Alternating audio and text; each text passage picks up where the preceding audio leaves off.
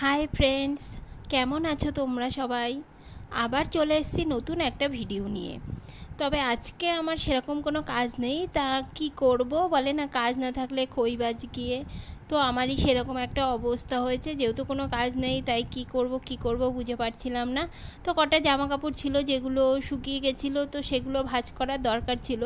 তাই ভাবলাম যে তাহলে জামা কাপড় কটা গুছিয়েই রাখি, কেননা যেমন বাড়িতে যেমন রান্না করা, ঘর পরিষ্কার করা, এগুলো যেমন একটা কাজ থাকে, তার পাশাপাশি এই জামা কাপড় শুকিয়ে গেলে সেগুলো গুছিয়ে রাখা, এগুলো আমাদের সবারই মোটামুটি করতে হয়। আর এই জামা কাপড় গোছানো একটা বড় কাজ আমার কাছে মনে হয়, কেননা জামা কাপড় একবার শুকো দাও, আবার সেগুলো শুকিয়ে গেলে তোলো, তুলে ভাঁজ করো, ভাঁজ করে গুছিয়ে রাখো।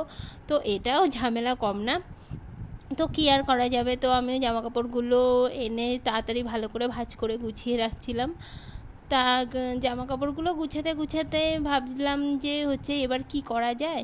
জামা কাপড় তো গুছানো হয়ে যাচ্ছে, এবার তখন মাথায় আসলো যে তাহলে আজকে তো সেভাবে কাজ নেই, তাহলে এক কাজ করা যাক, দিদি বাড়ি থেকে ঘুরে আসি।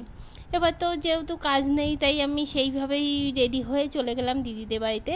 তো দিদি বাড়িতে গিয়ে দেখছি দিদিদের বাড়িতে ঢোকার মুখেই এই পেয়ারা গাছটা দেখে তো আমার খুব লোভ লাগলো পেয়ারাগুলো দেখে। এবার আমি ভাবলাম যে তাহলে দুটো পেয়ারা ছিঁড়ি, আমি তো রীতিমতো একটা ছিঁড়েই নিয়েছিলাম। এবার তোজো এসে দৌড়ে দৌড়ে, মাসিমণি তুমি দাঁড়াও, আমি তোমাকে পেয়ারা ছিঁড়ে দিচ্ছি। আমি যে তুই কী করে পারবি, কেননা আমি না একটু লম্বা, হাত দিয়ে পেরে নিচ্ছি, ও কী করে পারবে। বলে দাঁড়াও না, তুমি দেখো আমি কীভাবে পারি। এবারে আজকালকার দিনে বাচ্চা, সেগুলো তো আমাদের থেকেও বেশি বদ হয়। এবার যাই হোক, ও যেরকম বললো সেরকম দেখলাম দেয়ালের ওই গ্রিল বেয়ে বেয়ে উঠে গেল পেয়ারা গাছে। আমি তো দেখে তাকিয়ে রয়েছি, তুই পড়বি, তুই নিচে নাম। বলে আরে আমার কিছু হবে না, তুমি জানো না আমি এরভাবে অনেক পেয়ারা পারি। আমি ও তুই পারিস? বলে হ্যাঁ হ্যাঁ পারি, তুমি এই চুপচাপ দাঁড়াও তো, আমি পেরে দিচ্ছি, তুমি ধরো শুধু। আমি ঠিক আছে তাহলে পার। তাও আমার একটু ভয় ভয় লাগছিল যে ছোট মানুষ যতই বলে পারি, তবু যদি পড়ে ঠরে যায়। তাও আমি দেখলাম না, ধরেই রেখেছে, পড়বে না। আর আমিও নিচে ছিলাম সাপোর্ট করে, যে ও যদি এদিক ওদিক হয় আমি ওকে ধরে নেব। যাই হোক, দিদিবাড়ি থেকে ঘুরে টুরে বাড়ি চলে এসেছি।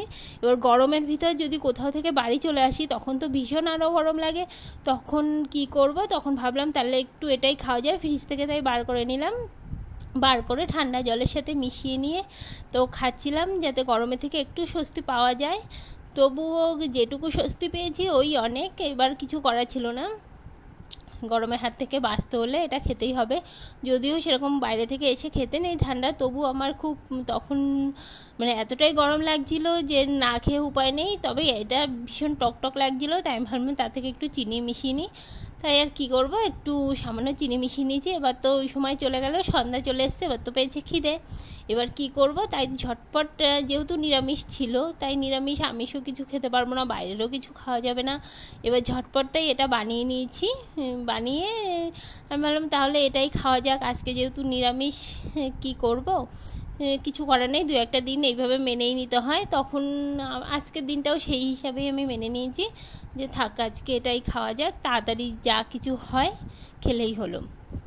এবারে এটা বানাতে বানাতে ভাবলাম তাহলে একবারে এক কাজ করি, রাতের রান্নাটাও সেরে ফেলি, যেহেতু রাতেরও রান্না করতে হবে, যেহেতু সারাদিনে রান্না করিনি, রান্না অ্যাকচুয়ালি করা যেত না তাই করিনি। এবার তার জন্য কি করব, তাই ভাবলাম যে তাহলে আজকে নিরামিষ কী রান্না করা যায়।